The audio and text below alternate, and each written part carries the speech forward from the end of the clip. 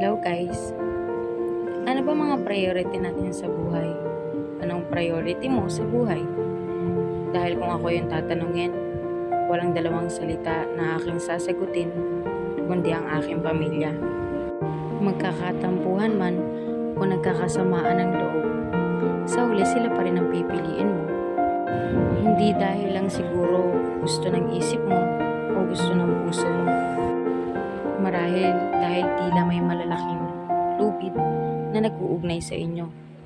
Masaktan man ang isa, masasaktan ang lahat. Masaya ang isa, magiging masaya ang lahat.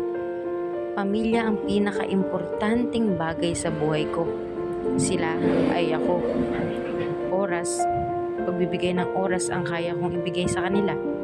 Dahil para sa akin, ang oras ay mahalaga. Ang panahon ay lumilipas ng mabilis. Walang kasiguraduhan kung kailan matatapos.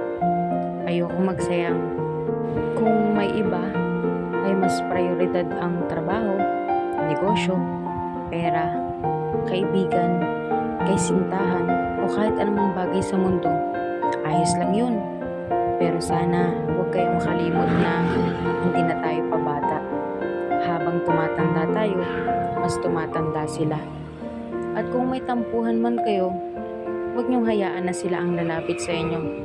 Kayo ang lumapit dahil walang mas gagaan sa pakiramdam ng isang magulang na lalapit ka para yakapin sila ng mahigpit.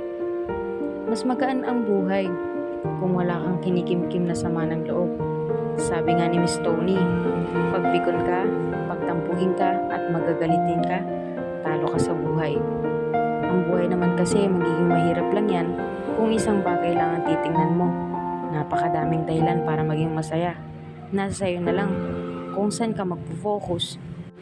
Isipin mo na lang, after 100 years, 80 years pa yan, or 70 years, nasan ka na kaya? Nasan na kaya sila? Nasan na kaya yung mga mahal mo sa buhay? Magkakasama pa rin kaya kayo sa buhay na walang hanggan kung totoo man? Alam nyo, natatawa na nga rin ako sa sarili ko.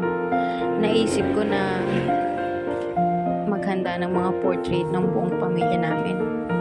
Kasi paano kung totoo yung sa Coco? Yung pag di ka na maaalala ng mga naiwan mo, maglalaho ka na for good. Kahit sa kabilang buhay pa. Eh di hindi na kayo magkikita-kita. Ganyan ko kamahal ang pamilya ko. Kung ano-ano iniisip ko. Kaya sila ang priority ko kasi sila ang buhay ko. Kaya sa pamilya ko, maraming salamat at mahal na mahal ko kayo. At sa mga nanonood, sana hindi kayo kasali sa 80% na tao na napakinggan ko o napanood kong kwento na nagsisi sa huli at pakiramdam nila may kulang sa buong pagkatao nila na hindi nila alam